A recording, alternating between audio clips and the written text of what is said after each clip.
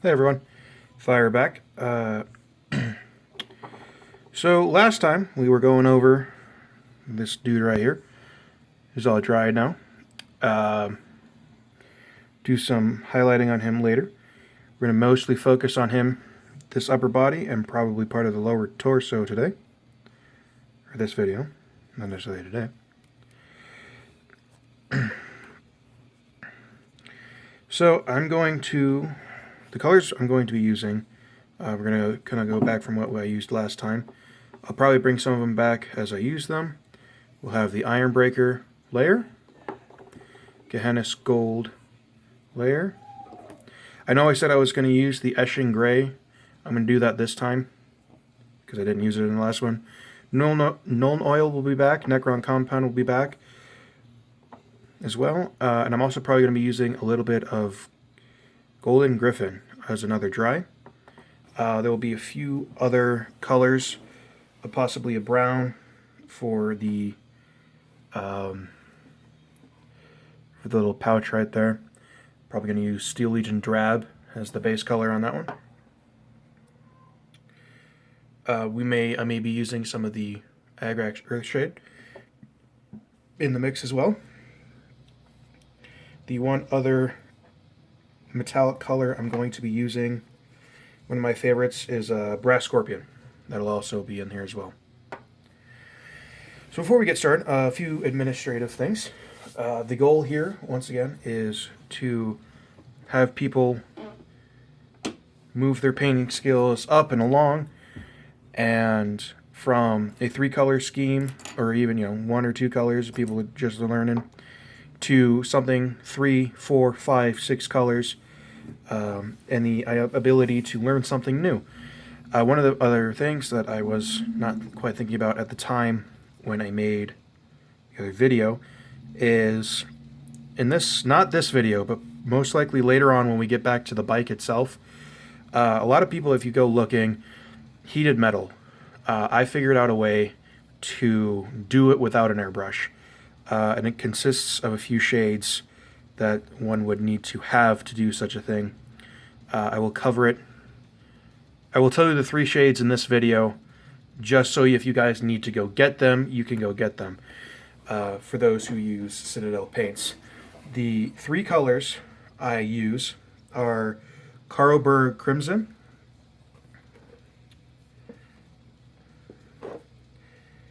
sorry, I'm going to butcher this, Dorici Violet, it is this one right here, and then Drakenhof Nightshade. I'm pretty sure the name of this one changed. I'm not 100% sure, but it might be. It's old enough that it still has the black shade caps. As you see, this was the newer one before they even went to the bigger one. This is an older shade. I don't know if they renamed it. Local Games Workshop places that sell Citadel GW stuff should have a sheet, or hopefully has some ability to tell you if this name did change and what it is now on their shelves. So these will be the 3 colors you will need for the heated metal. I also recommend an empty bottle of about this size of one of these, because there will be a little bit of mixing involved. Possibly 2, depending on how much of a blend you want. So,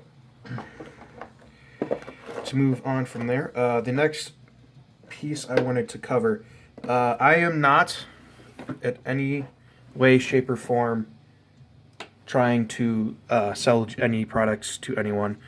I am here to paint, and that's what I do. I'm not endorsed at anything at all. I do this because I am wanting to see the hobby become more important again, not just whack tournaments that all you have to do is win, where the idea that you need to have people who can put out a good show, but everything looks good on the table as well. Okay, so I'm going to go ahead and start here. Pick up back on him. So kind of looking at him here. What I kind of plan to do is I'm going to do some basing down here on these parts first before I go into the highlighting portion. I'm not going to touch his head yet. We'll get to that in a little bit. But I am going to focus down on this down here. I'm also going to pop open the wet palette today, so it'll dry here, and I feel like I'm going to need a more smooth color than pulling out of the pot. I'm going to shift my brushes to my right side here. Give me one moment. So for many people, wet palettes are God's gift to painters. Things like, it's the whole idea of it's an excellent tool to use even for those who may not 100% necessarily want one. But it is good for wet blending and things like that. I use it for some minor wet blending, which hopefully I'll be going over down the road, maybe possibly on a different model. But for now, I'm only going to use it as keep my paints wet or damp as I use them. So I'm going to go ahead and start off now today with the Steel Legion Drab, and we're going to go ahead and do this quick pocket. Brush one here.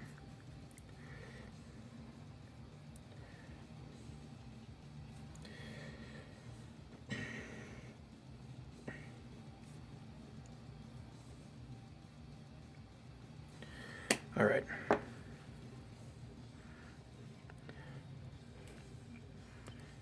Sorry, I'm just trying to make sure you guys can see what I'm doing.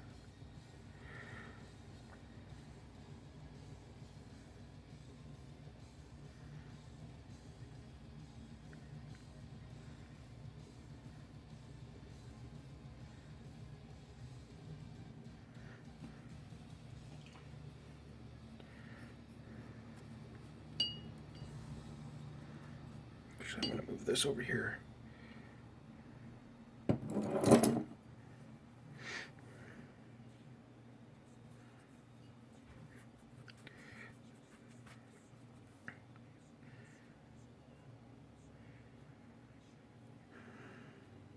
So I've gone ahead and decided that throughout these videos I'm going to talk about probably some lore and other things along the lines in the Warhammer universe, what's going on and up in the NGW and all that stuff. So this video, the Fall of Cadia stuff's going on. The Baeltan book just came out the other day, and that's picking up its pace, and the whole rumors with Guilliman coming back, and that Triumvirate kit is on the rise here next month in March. As I talk about different lore things, and a lot of people know a lot of the slang, robot girly man and rowboat girly man and all these other different things for Guilliman, because I'm sorry, nobody really likes the Ultramarines because of the fact that they're the poster child of Warhammer. As you can tell, Iron Hands, I don't really care for them as much. I mean, they're still a great faction in their own sense. So let's see, I'm going to go ahead and pull out the Brass Scorpion, put it on my palette here.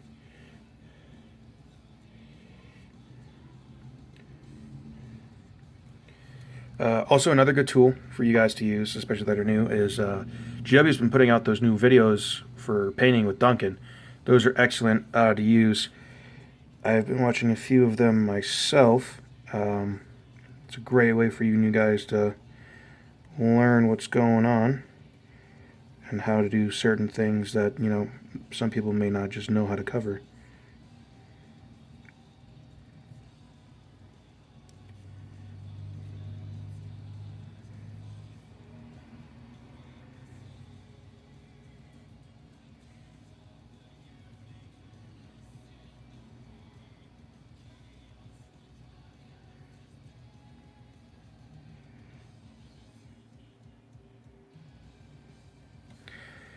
Now, there'll be some people that'll go way, way detailed and make each one of these cylinders a different color.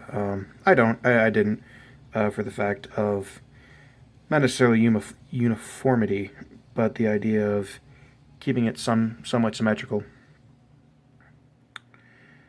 All right.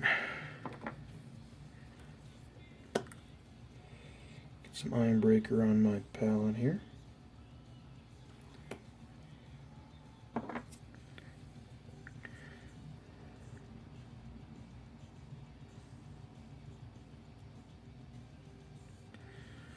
And definitely like how I said in the last video, don't be afraid to make a mistake. If you guys mess up, don't worry about it. There's always plenty of times to fix things, especially if they're small.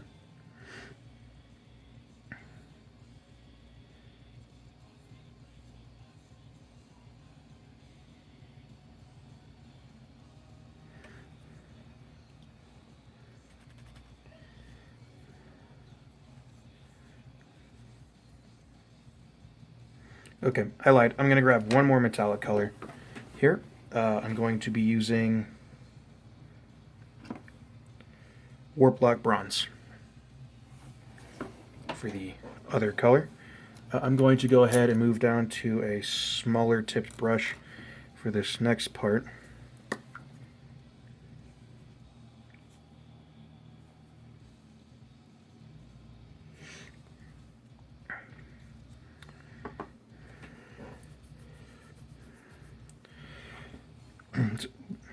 So in the last video I was talking about parts of the Long War and Adepticon coming up and those guys. I am not affiliated with the Long War. I do personally know one of their members, a good friend of mine. But I am in no way affiliated with the Long War guys.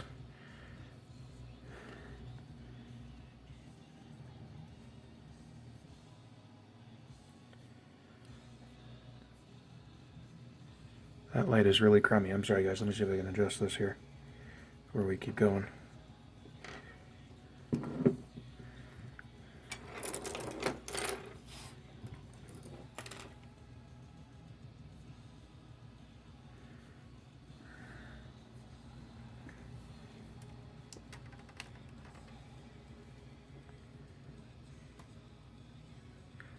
It's not that great, I'm sorry.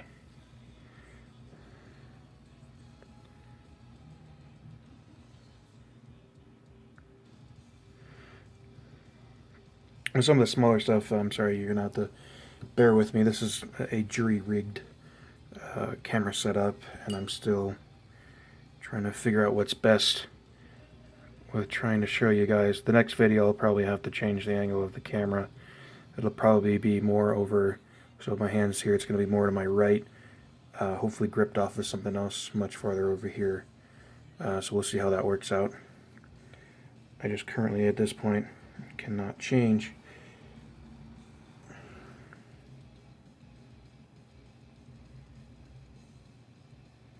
But right now, if kind of trying to figure out what I'm doing, is I am working on the little highlight bumps on the tip of the probably what would be considered the gene seed containers for the apothecary here.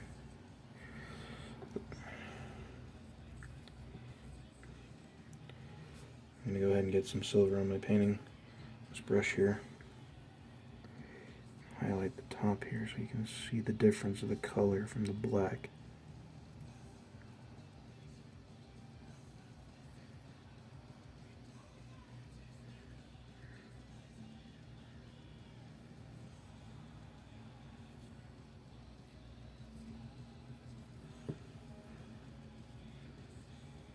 So I was talking about mistakes. Right here, hopefully you guys can see it.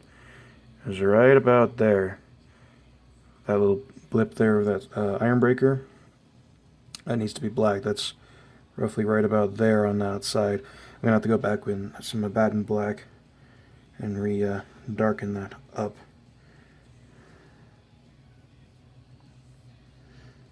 Okay.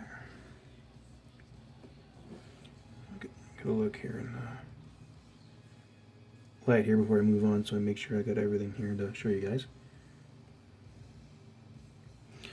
Okay, so I'm going to add a little more silver over here.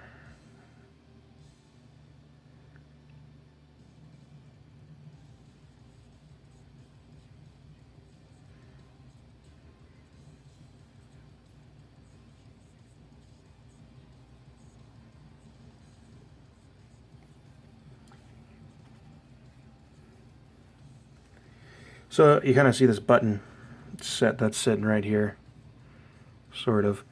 I already have a green sitting out, and I'm going to go ahead and just kind of fill that in. Pick a color, red, a blue, a green, an orange, a yellow, depending on how you have your stuff set up. I'm going to go do a green. This is moot green. It's going to hopefully just going to be a popper here. And it'll kind of see there, that little green's kind of pop in there.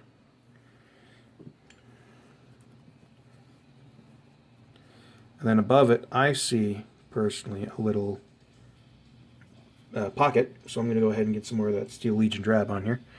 And go ahead and do that like it's going to be another little pocket here.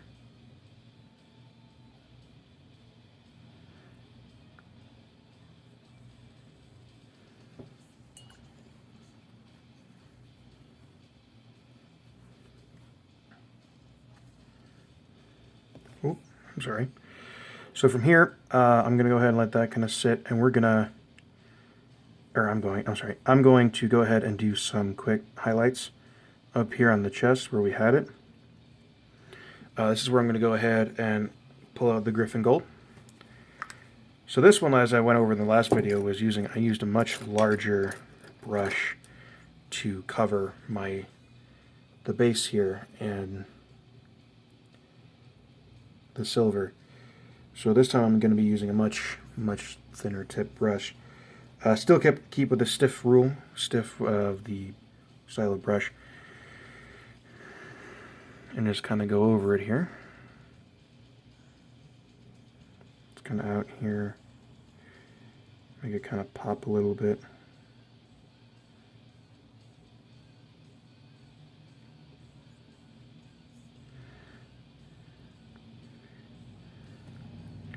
So you can kind of see, maybe, hopefully in this video you can kind of see, now it's a little, you can see where the dark shade underneath is now countering with the brighter Griffin Gold up on the upper tip here now.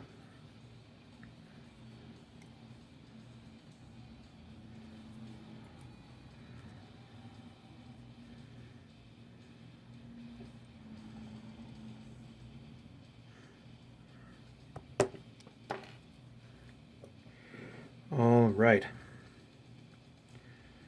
So I'm gonna go ahead and then shade this part up.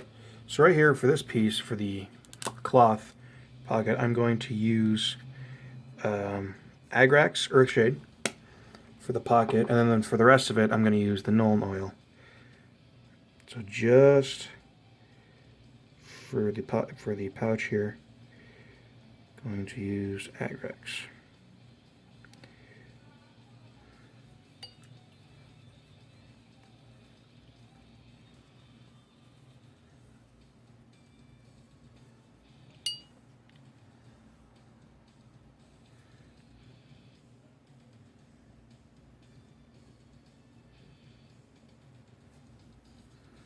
My Nuln Oil here.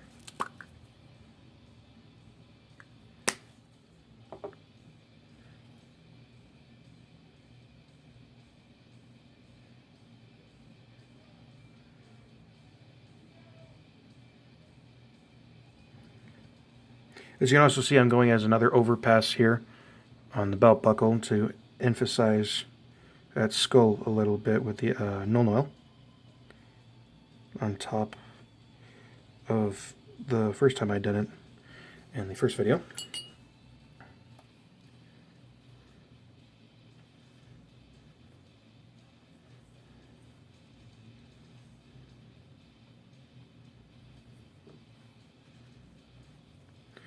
Alright, so while we're letting that dry, I know I said we were going to focus just on him, but it's going to take a few seconds for him to dry. We're going to go ahead and move back down here to the legs then. And we're going to go ahead and do some crisping of the lines of the edges around here. So that we're going to go ahead and then pull out that Echelon Gray I was talking about earlier. And I'm going to get a even thinner brush here.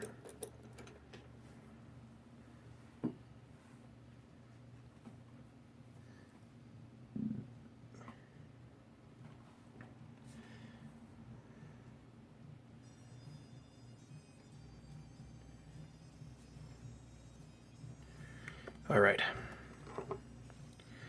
So one of the key things I'm going to do here is underline the knee.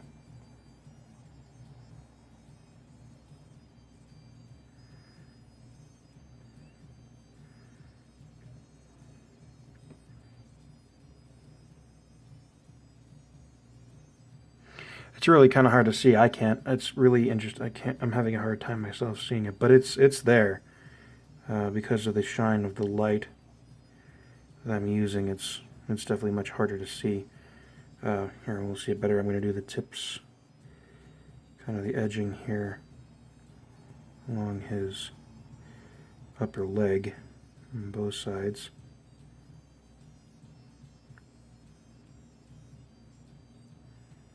And then I'm going to do the very tip right there.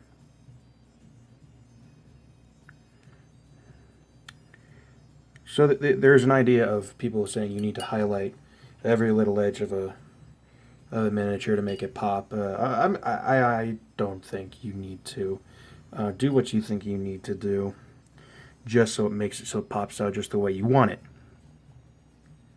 Because if you don't, then it's going to look kind of and or well, not necessarily but it's may not be what you want in the end. Honestly, I've seen plenty of models where edging, a lot of it ends up being quite good for that for the scheme. For many people, it depends on what you're going for. Like, back on the bike then too. Every little line highlighted as a very high accent under every little blip. And they have it highlighted. And for some schemes it works, for others it definitely doesn't. I definitely think green and probably blue, depending on the highlighted variant, is the best ones that you could do for that. Okay.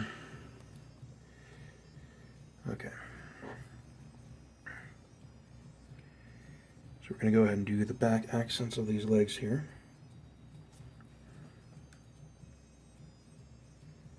Just going to up my brush size here. That was an unintelligent move.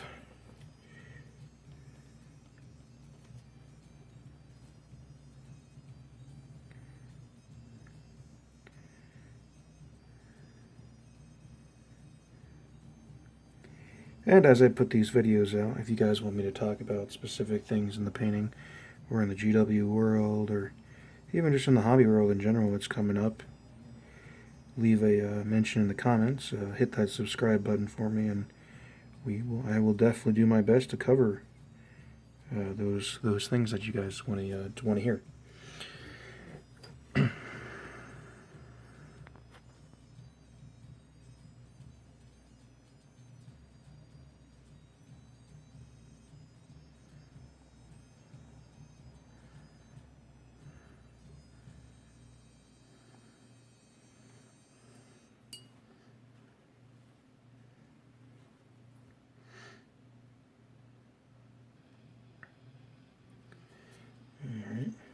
Another thing too is when you do the accent lines and the highlighting lines, you can do more than one color. As I use the gray underneath, I'm going to do some higher silver on the upper part of the knee pad here.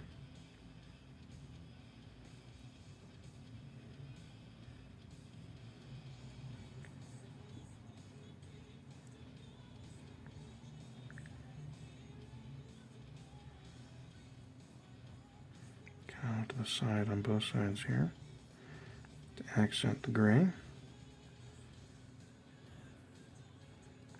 For the whole scheme, I'm kind of going for here is kind of a worn armor. These guys haven't been able to go stop and resupply at on the ship, anything like that. They've been out of range for a while, and the weather on the planet's been hitting them hard. That kind of idea. The lore of my soldiers are they're a ragtag band of Marines who, loyal to the Emperor. They're not huge fans of the Inquisition, but due to the fact that the way I wrote it is the the Inquisition destroyed their planet due to a large Wa that decided to stumble over them. So they are now a ship-based chapter, at least for the moment, as I continue to work on things, including with my Mechanicum and now the Imperial Guard that I've been starting, which hopefully in later videos you will see, where I'll go over things like cloaks, fatigue changes, vehicles, things like that.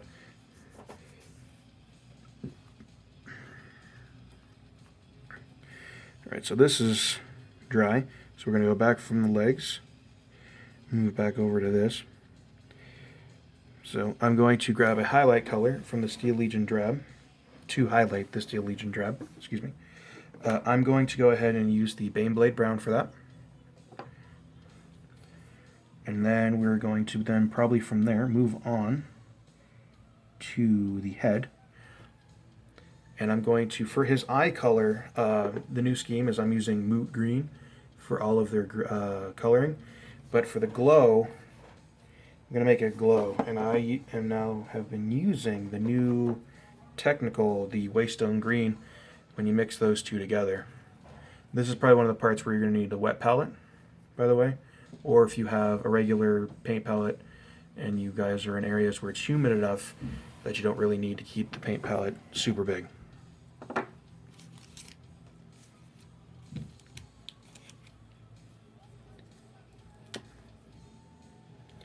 I'm going to go ahead and put this Moot Green down on my paint palette here.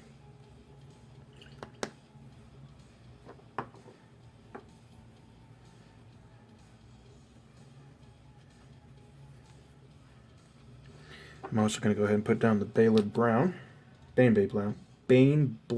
Brown, excuse me. I'm going to go ahead and keep that Baneblade Brown on my brush here, as I go over the tip, right like that.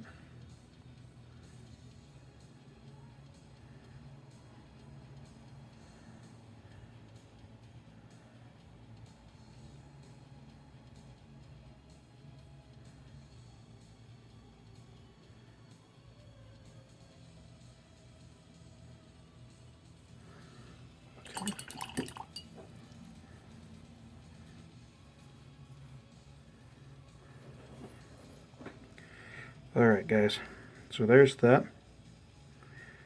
Probably later on I'll probably go over it with a small light shade over the highlight just to darken it just enough that it's not too up in your face. So from here, a lot of these can be taken on to the rest of this vehicle, to the rest of your units, because just in this bit of time, we have 1, 2, 3, 4, 5, 6, 7, 8 colors on just him by himself without the shade. The shade then would equal 9 if you count the shade as a color. And 10, I'm sorry, 10. I forgot the Necron compound. So then it'd be 10 colors if you count the shade, 9 if you don't. So from there, those are just, there it is, basic things that just up your painting. Point out those extra things of detail.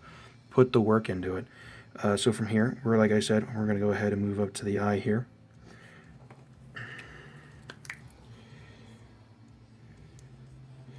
The biggest thing a lot of people just don't, that I am consistently seeing from a lot of people, is they just don't want to put the time and the effort into their models anymore, and it's kind of sad, because GW is making some really, really good stuff right now. A lot of that Sigmar models are looking awesome, that kind of idea. A lot of the new 40K models are looking excellent. The whole, them bringing Blood Bowl back, those models are looking great. The whole rumors of Battlefleet Gothic and the bringing Epic back, I think that'll be quite interesting.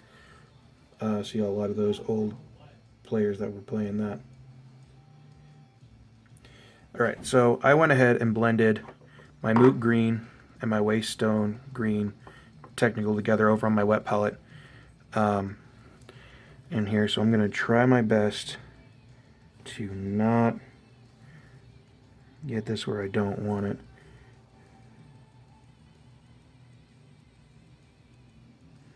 And the whole idea of doing this, that mixture, I mean, is you'll get your greenish look in there, but these new technicals are basically a colored version of Ard Coat. So if you do it right, it'll glow. It'll be glossy, so it looks like a glow.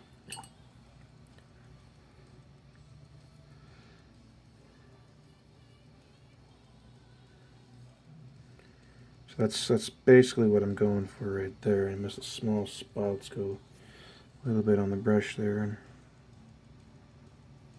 and get that.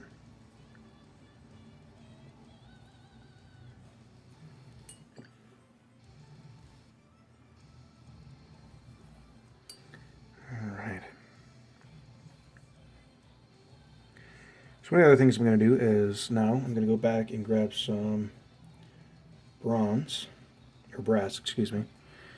Do the sides here.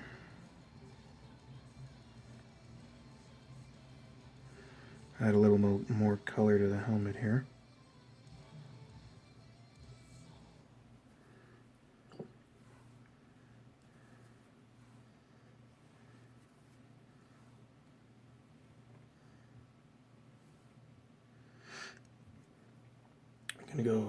So I was going to get some silver. Next thing I'm going to do is I'm going to really outline the top here in silver.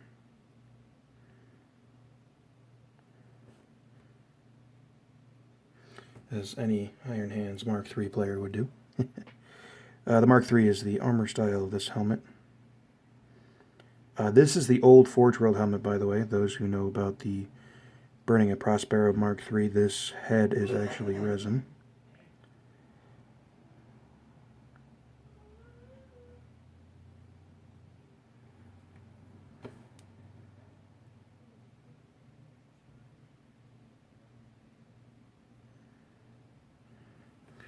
All right.